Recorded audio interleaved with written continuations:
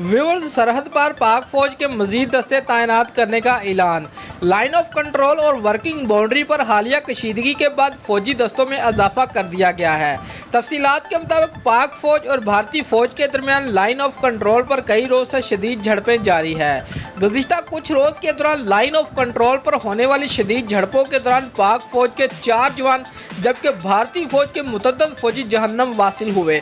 दोस्तों, उन झड़पों के दौरान कई शहरी भी निशाना बनकर शहीद हुए। गुज़िश्ता रोज भारत की जानब से पाकिस्तानी इलाकों पर एंटी टैंक गाइड मिसाइलों से भी हमला किया गया। उन तमाम सूरत हाल में DGO के हवाले से अहम तफसीलात जारी की गई है। DGO ने बताया है कि पाक फौज किसी भी किस्म की सूरत हाल से निपटने के लिए तैयार है।